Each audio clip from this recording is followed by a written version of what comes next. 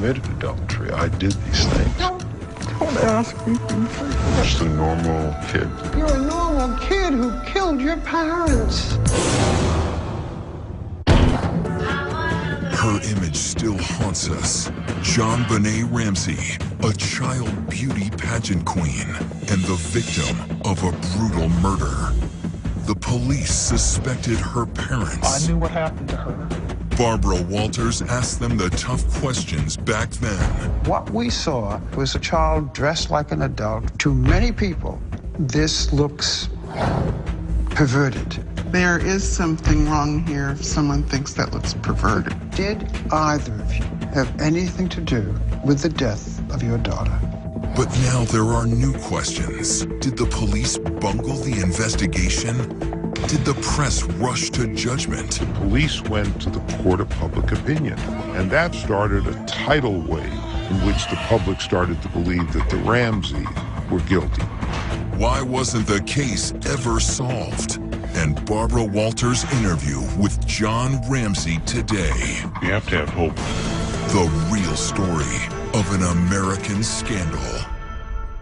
The murder of 6-year-old JonBenet Ramsey captured the public's imagination as much as any crime I've ever covered. The child beauty pageants, the angelic child herself, her brutal murder. It all added up to a mix that was both poignant and horrifying. Hello, I'm Patsy Ramsey, and we'd like to welcome you to our home and wish you a very Merry Christmas. The Ramsey family loved Christmas. They lined their walk with candy canes. They put Christmas trees in all the rooms. There were piles of presents for Burke and JonBenet. What'd you get, JonBenet? Oh! Christmas 1996 was especially busy for the Ramsey family. John's business had passed the $1 billion mark in sales. There was a press release and a party. JonBenet, who competed in beauty pageants, had performed in public several times. And the Ramseys had thrown a big party for the children in the neighborhood, complete with a Santa Claus. But that Christmas in 1996 would be JonBenet's last. On Christmas Day, the Ramseys had been out of the house visiting friends. They got home around 9 o'clock and put the children, Burke and JonBenet, to bed on the second floor. When Patsy woke up the next morning around 5:30, she found the ransom note. "We have your daughter in our possession. If you want her to see 1997, you must follow our instructions to the letter." The ransom note said, "Don't call the police or your daughter is gone." And of course, the first thing they did is call the police. Do you know how long she's been gone? No, I don't. Please, we just got up and she's right here. Oh my God, please. Okay, Please, there's somebody. I am, honey. A police officer arrived at the Ramseys at 6 a.m. He searched the house, the bedrooms, the kitchen, the basement. Nothing seemed out of place. The Ramseys called their friends for emotional support, and the house was soon full of people. More police officers arrived. One of them noticed that there were no intruders' footprints in the snow. The ransom note said the kidnapper would call between 8 and 10 o'clock tomorrow morning. 10 o'clock came and went. No phone call. John Ramsey did not seem to react to the missed deadline. The police thought that was odd. At 1 o'clock, the police asked John and one of his friends to look around for anything unusual. In the basement, John opened the door to a small storage room. It was dark, but he thought he saw something. John turned on the light. There was JonBenet's body. She was wrapped in a white blanket, When John touched her, she was cold and stiff. He rushed upstairs with the body and laid JonBenet on the floor in front of the Christmas tree. Police officer Linda Arndt checked JonBenet's pulse. Nothing. He asked if she was dead. And I said, yes, she's dead. And we had a nonverbal exchange that I will never forget. I knew what happened to her. Linda Arndt felt sure that John Ramsey had killed his daughter. The police cleared the house of people and declared it a crime scene. Then detectives discovered something interesting about the ransom note. The paper that was used on the ransom note was actually torn from a pad in the house. If the killer had planned to kidnap JonBenet, wouldn't he have brought the note with him? There was something else odd about the note. It asked for $118,000, the same amount that John had just received as his year-end bonus. The detectives were also puzzled by the blanket JonBenet's body had been wrapped in. It had come from the dryer in the Ramsey home. And that led police to believe that it was an inside job, because where this blanket had been stored, where it had been kept, was really known to very few people. The police officers saw other signs of an inside job. There were no indications of forced entry. So how had the killer gotten in? And why hadn't John or Patsy awakened during the night when JonBenet was taken to the basement? If somebody's going to take her from the bed, well, this child's going to scream and holler, as she's being dragged somewhere else in the house. Or did she go willingly with a member of the family? The detectives on the case were taken aback when the Ramseys hired criminal defense attorneys only 2 days after the murder. The police asked them to come in for questioning, but for months they refused. If a mother's child has been murdered, and the family is grieving, why wouldn't you want to cooperate with the police?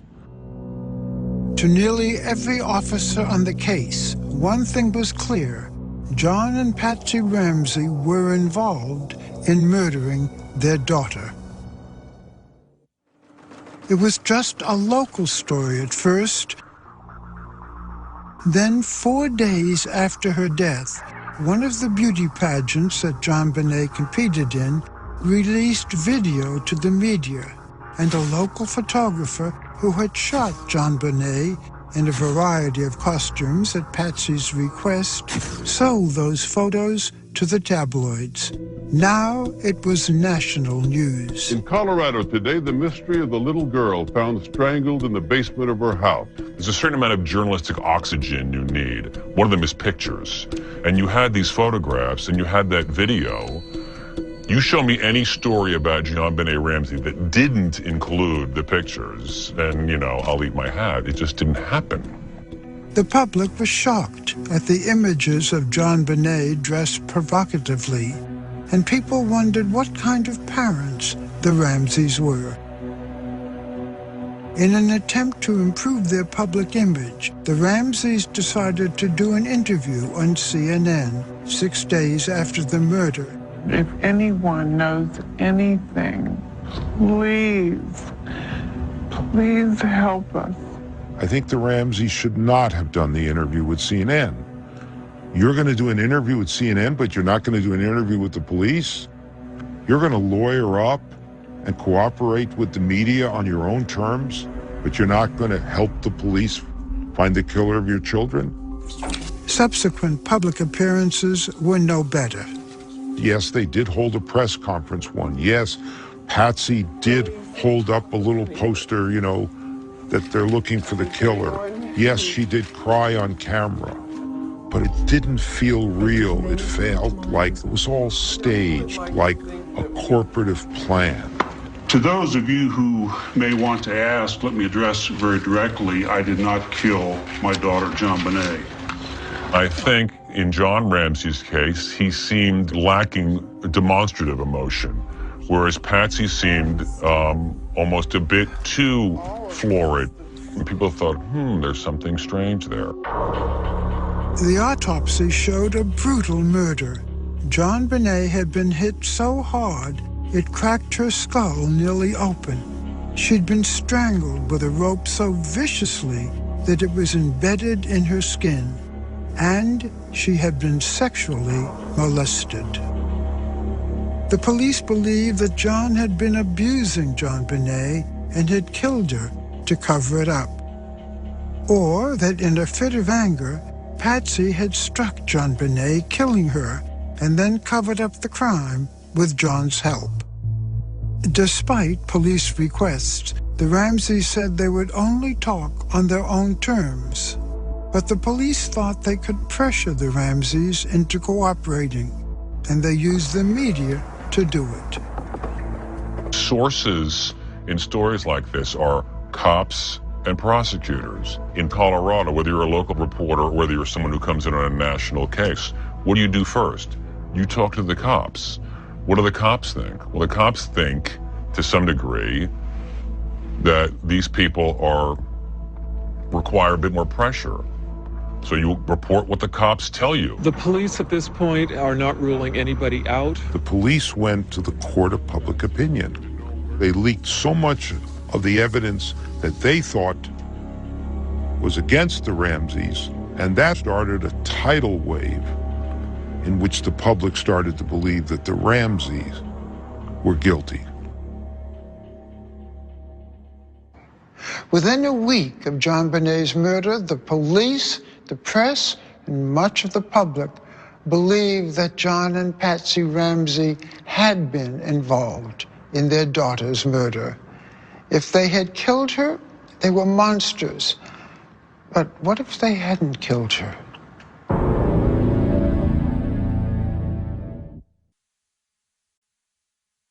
It took only a week for the Boulder police to become convinced that John and Patsy Ramsey were guilty of the murder of their daughter, JonBenet.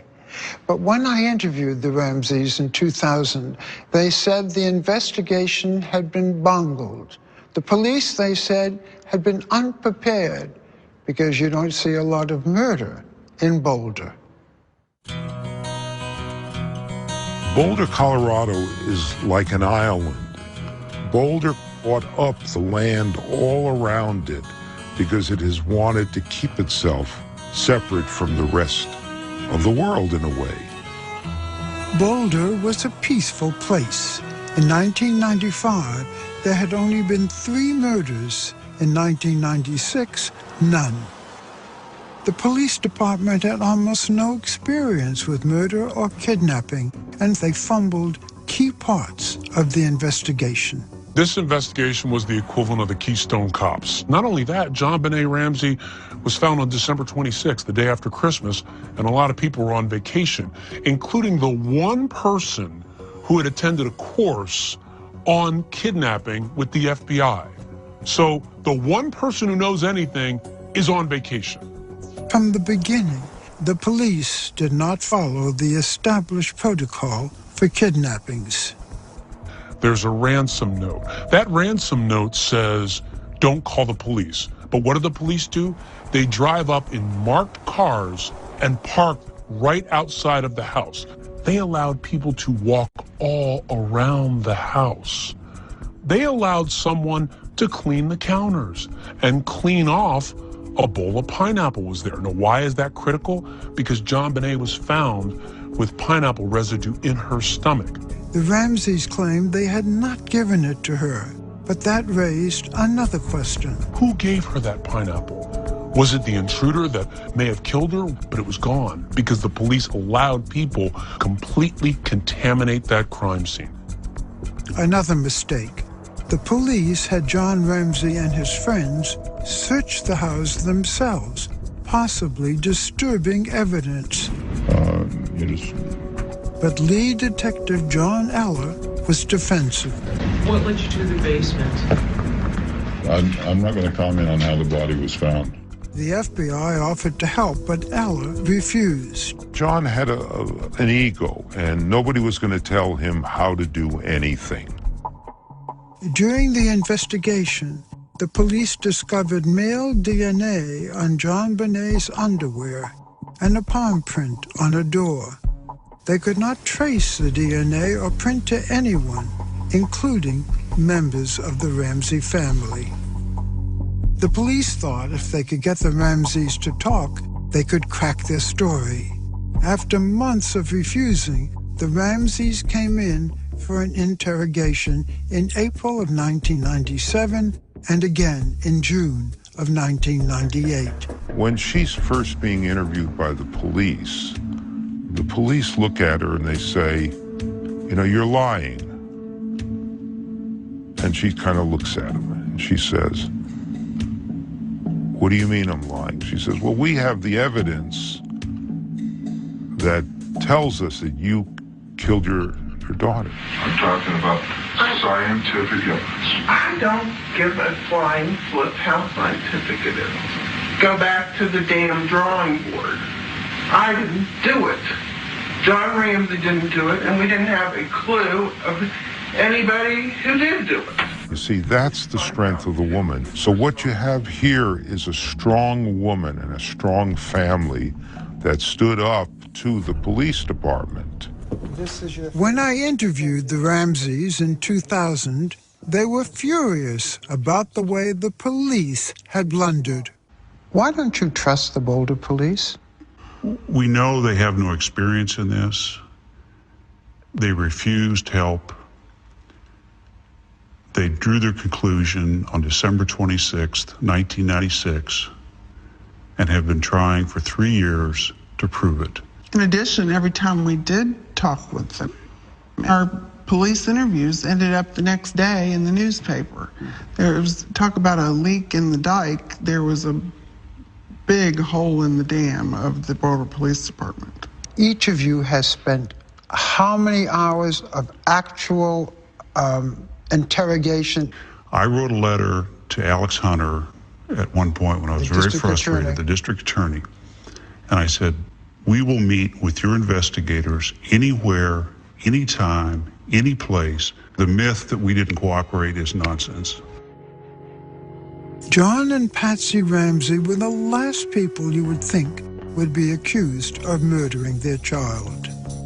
John had grown up in Nebraska. He had an idyllic Midwestern childhood. He was divorced with 3 children when he met Patsy. I'm a junior at West Virginia University. Patsy was a former Miss West Virginia. They married and had Burke in 1987 and JonBenet in 1990. John started a computer company in his basement. It became so successful that Lockheed Martin bought it for tens of millions of dollars in 1991. John and Patsy moved to Boulder, where Lockheed was located. That seemingly golden existence was interrupted by calamity twice. In 1992, John's 22-year-old daughter Beth, from his first marriage, was killed in a car accident.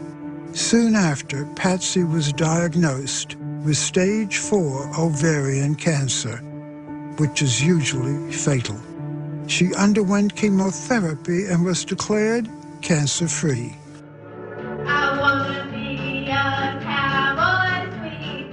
It was after the diagnosis that Patsy began to enter JonBenet into beauty pageants. What we saw was a child dressed like an adult, very suggestive in many of these pictures. To many people, this looks perverted.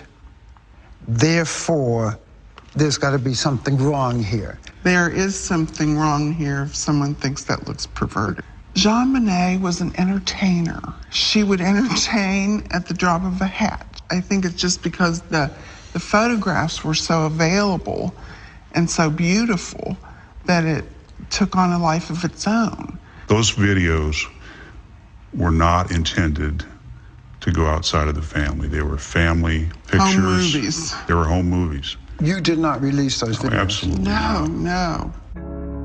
In fact, despite the perception of their guilt, the police could not find any physical evidence linking the Ramseys to the crime. After months of investigation, Boulder DA Alex Hunter lost faith in the Boulder police. He brought in a legendary detective, a man who had solved hundreds of murder cases, Lou Smith. Studying the crime scene photos, Smith noticed several odd pieces of evidence that pointed away from the Ramseys and toward an intruder. On the path around the house, there were many spots without snow.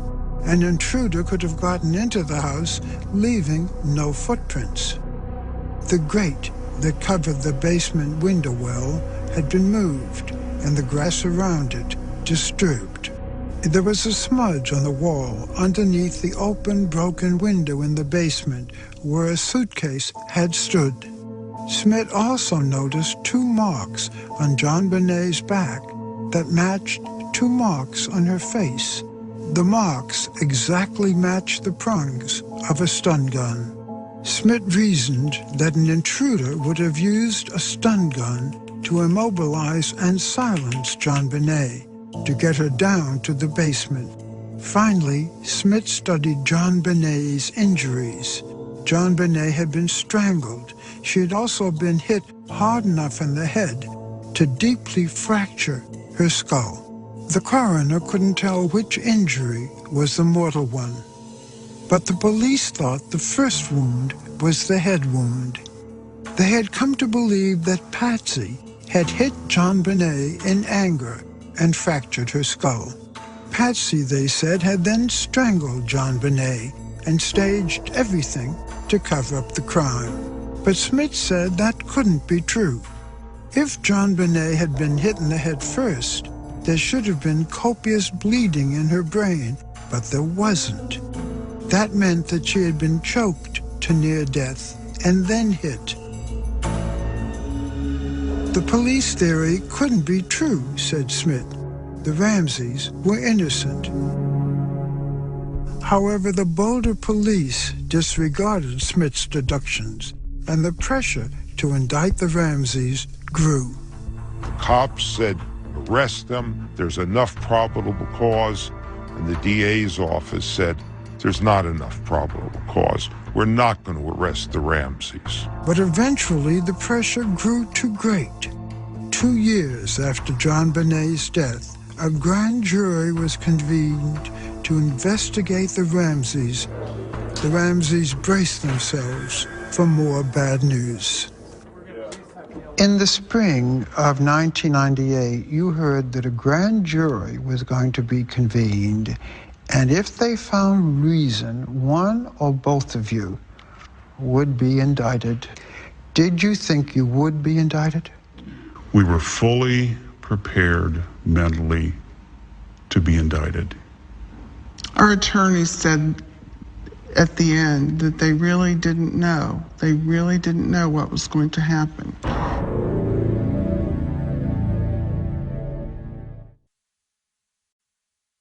I interviewed John and Patsy Ramsey in 2000.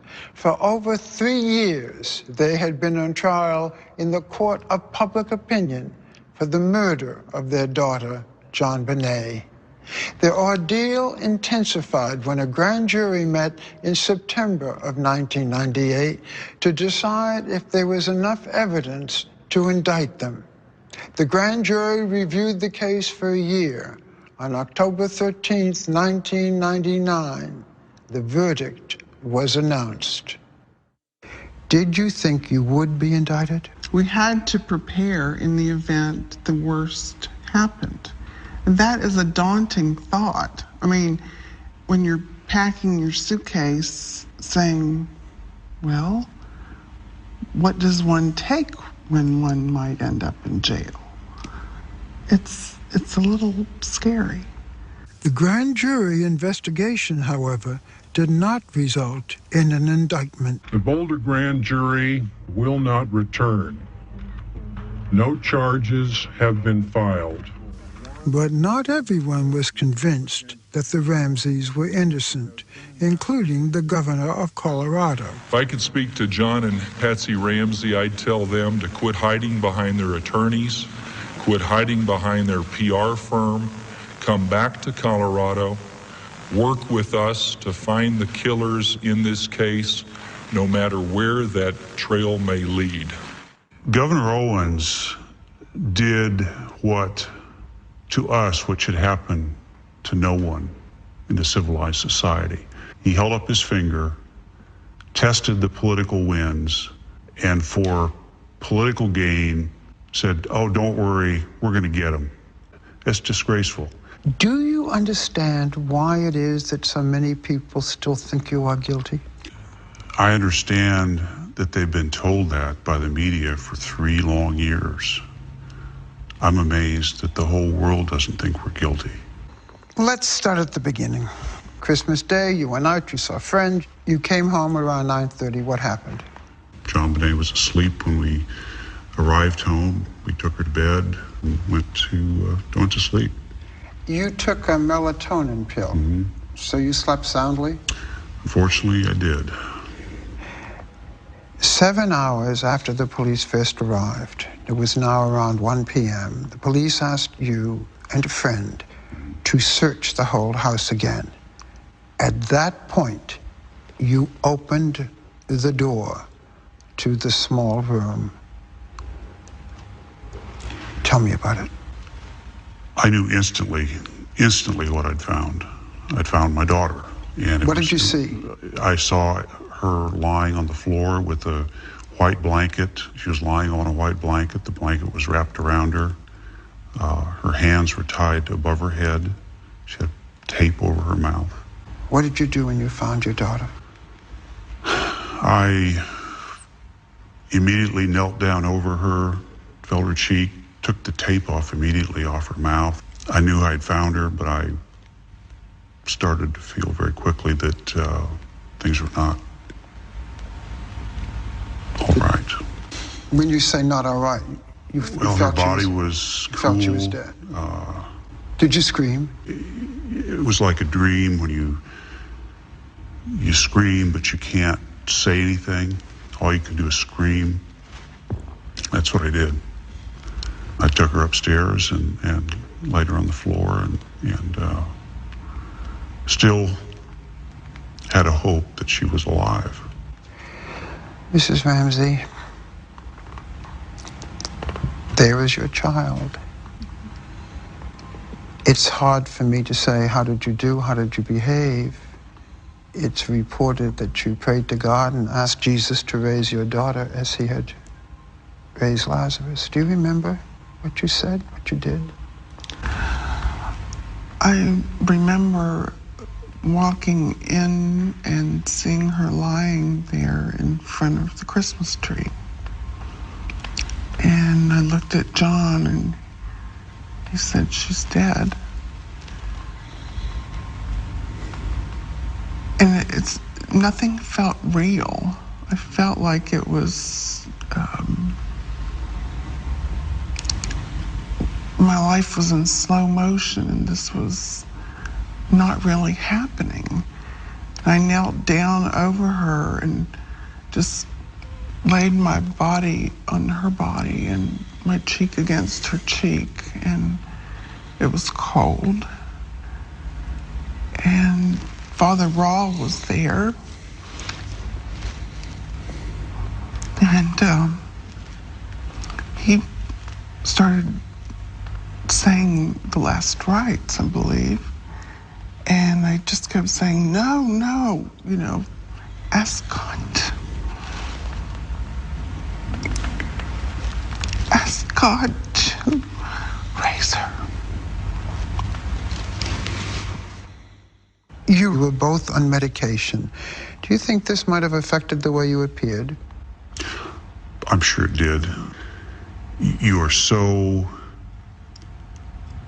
crushed and so devastated that you don't want to live, and you will do anything to numb that feeling. But I will also tell you, my experience is that tears don't come until later.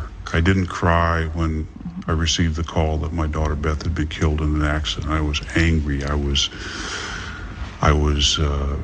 distraught, but I didn't cry. I cried later.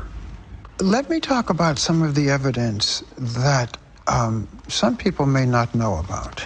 DNA was found on JonBenet's panties. This DNA does not match yours, your son's, any member of your family, or indeed anyone whom the police have questioned. And that's what gives us hope that we can find the killer. You think that's what shows that you're innocent? I think that will lead us to the killer. This was a particularly brutal and vicious murder. According to the autopsy, your daughter was strangled to death, and the noose was deeply embedded in her neck. It is a very vicious murder. Yes. This was a monster that killed our daughter. And the police think that it's you. And that is the tragedy. They have thought it was us from the 26th of December before even looking at all the evidence. That's the tragedy of this whole investigation.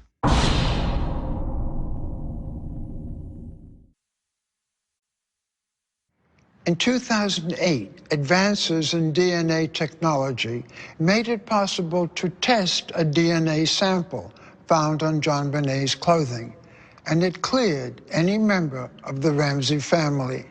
The Ramseys were officially exonerated, but back in 2000, of course, that hadn't happened.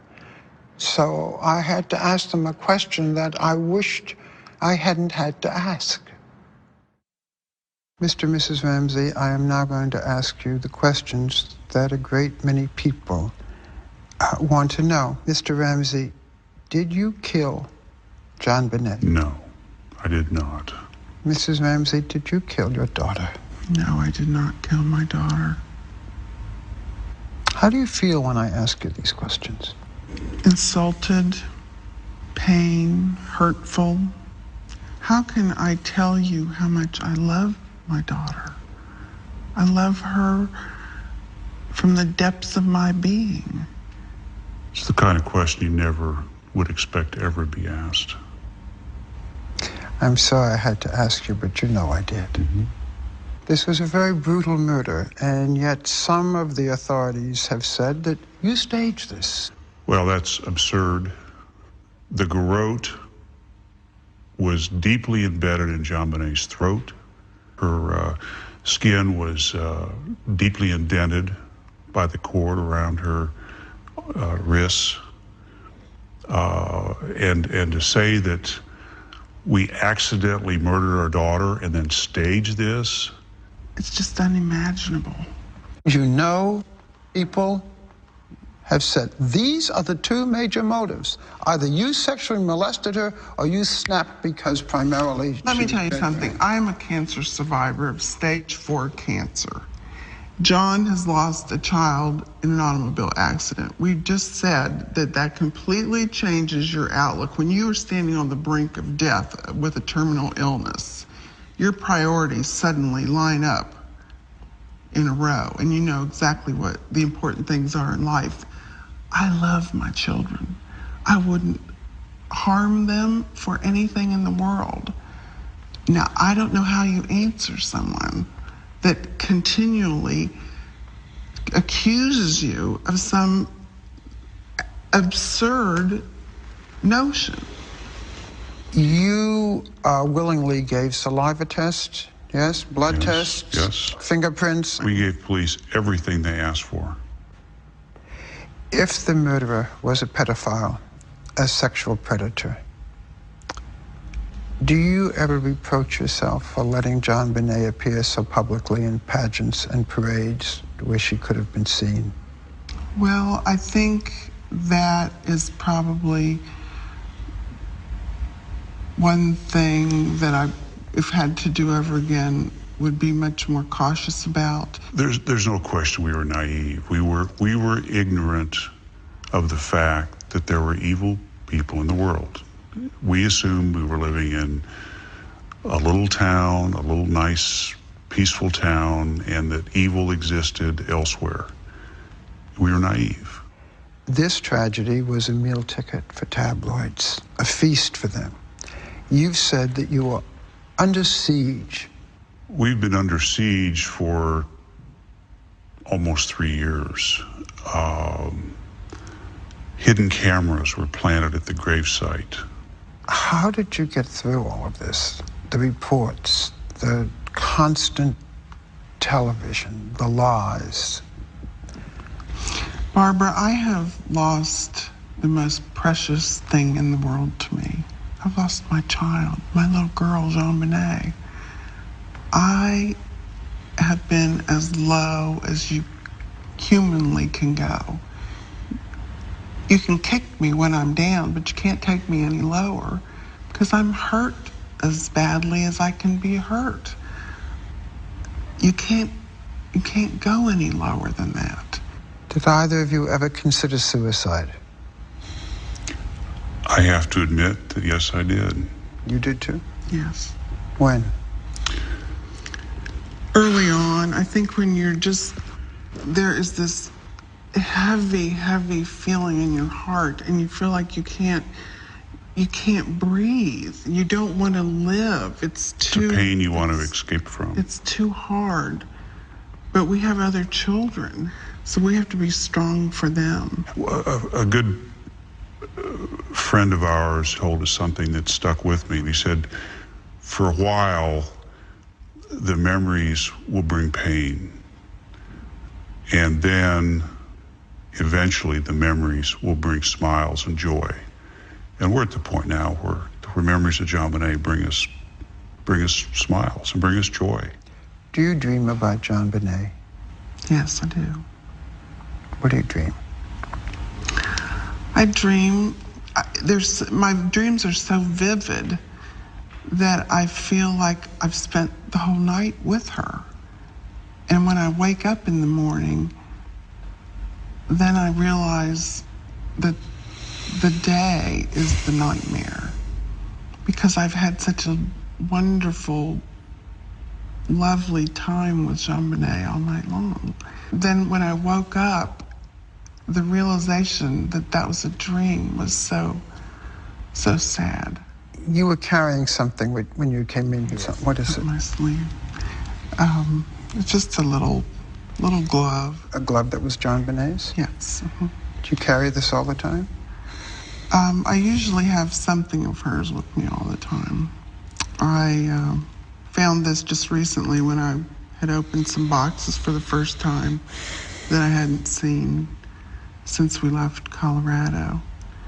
And, to think that her little hand was in this glove, and there's a little spot here where she obviously spilled something, and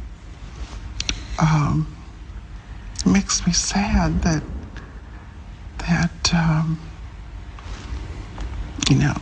there were happy little hands in this glove.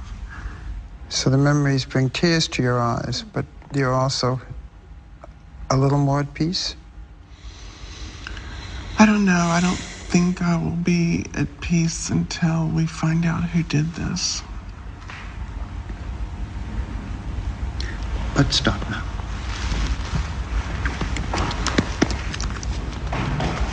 Okay, sweet. It's okay. It's okay. JonBenet's okay. She's with us.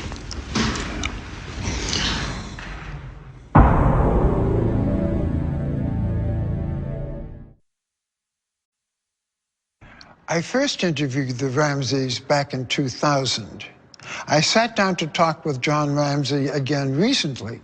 During the intervening years, his wife Patsy had died of cancer, and there had been other changes in his life too.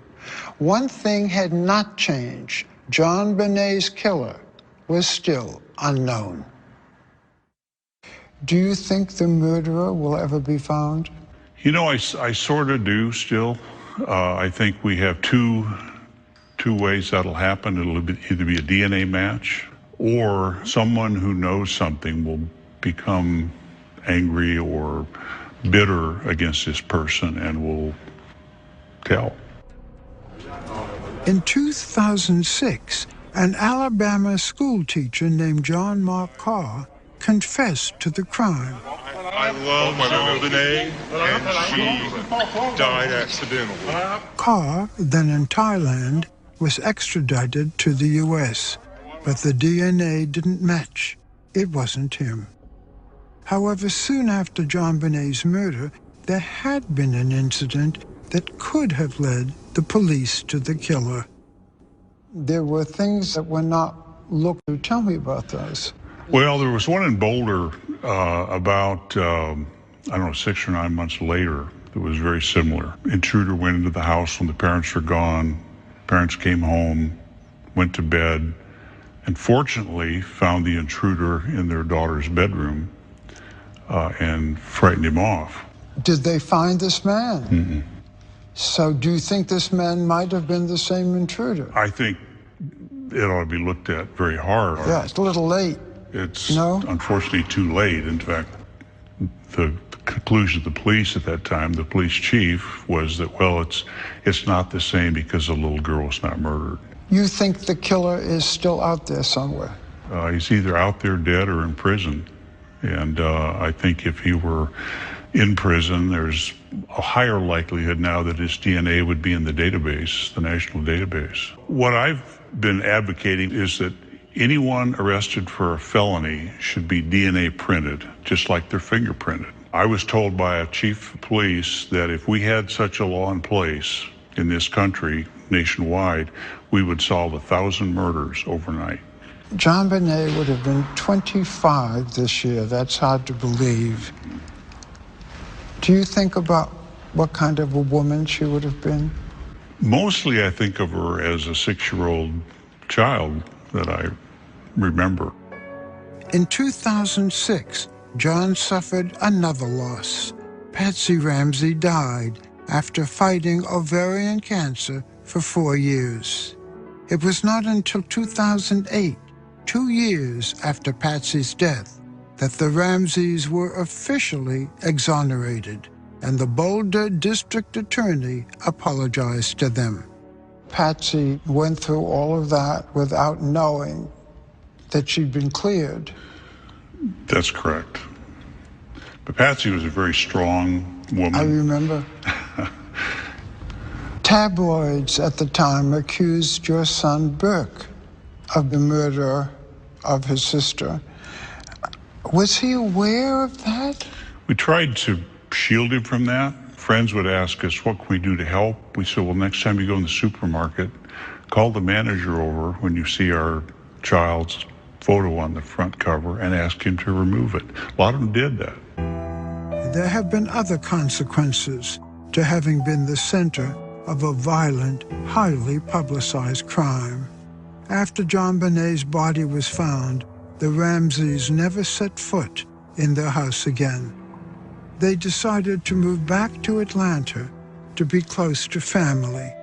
So John left his job, but they had problems financially. Before JonBenet's death, you were reportedly worth millions of dollars, but that money seems to have gone. I was told by a very experienced FBI person that most victims of violent crime end up broke. It's very expensive to deal with, the justice system. You make bad decisions. You sell your home, you move, you quit your job, you change job. When something really tragic happens in your life, put your life in park. Give your checkbook to a trusted friend. Avoid making any big decisions because you're just not capable of making good decisions. You tried to get a job after JonBenet's death, and you found it very hard. I had one company that I'd talked to who said, you could really help us, but we can't afford to have our company's good name on the front of the National Enquirer, so we can't hire you. And so that was it was kind of a gray cloud that I would carry around with me. At this point, is it in the past? It's never totally in the past. You never get over the loss of a child. You move on. When you see a 6-year-old playing in the park, do you, do you get a catch in your throat? Yeah, a little bit. Particularly if they're a little girl and blonde hair. And JonBenet at one point won a medal for being in the pageant. Mm-hmm. I understand you carry it with you. I do. Carry it with me all the time. Can I see it? Yes. You have it now? Within a couple of days after JonBenet died, I really wanted to have something of hers. And this medal was what I wanted. My sister-in-law went to the house to get us some clothing and came back, and she said, John, I was going by JonBenet's room, and I just felt that I should go in there and bring this to you. And I hadn't told anybody about it. And that was the most significant thing I wanted. So I just felt that was a sign. You have written a book called The Other Side of Suffering. Mm-hmm. You've certainly gone through enough suffering. How do you get through it? There's a number of elements that I think you have to come to grips with. One is forgiveness. That's a big one. Forgive yourself or forgive the perpetrator? Both. Why couldn't I have protected my daughter? Why didn't I check the locks better in the house? The other aspects, the killer, the police, all the people you have to forgive, that's a tough bridge to get over. And the other is, you've got to have hope in your life. A good friend asked me once after all this happened, he said, John, do you believe the best days of your life are in front of you? And I said, no, how could they possibly be? He said, well, you need to get to a point where you believe they are. And so what you have been able to hold on to is what? Hope? You have to have hope. We all have to have hope for the future. And wrestling through, well, how do I establish hope again in my life when I've lost 2 children, a wife, my life savings, and you refocus on what really is important in life, and it takes a while. John and Patsy's son, Bert, is now 28 years old and develops computer software. In 2011, John remarried. His wife is Jan Russo, a clothing designer. They met through friends. John works with an air charter and touring company in Utah, and they spend a great deal of time traveling and visiting family. John's new wife, Jan, joined us. Were you worried about having a relationship with him, this man who had gone through so much? I was slightly concerned, but John won me over. I can understand why. Despite all this sadness in your lives, you've managed to have a good life. Mm-hmm. Tell us how you accomplished that. What do you tell yourselves? Well, I used to worry about things. It didn't matter how good things were going, I'd find something way out there to worry about. And then the worst thing that could have possibly happened that was not even on my radar happened. So I realized that all this worrying was silly. You're going to have enough problems for today. And it just focused you on enjoying the moment. That was a big part of, for me, how I could do it. John Ramsey will always be associated with the terrible murder of his daughter, JonBenet. But I will think of him, too, as a man who faced the worst of life and found a way to go on. For Investigation Discovery, I'm Barbara Walters.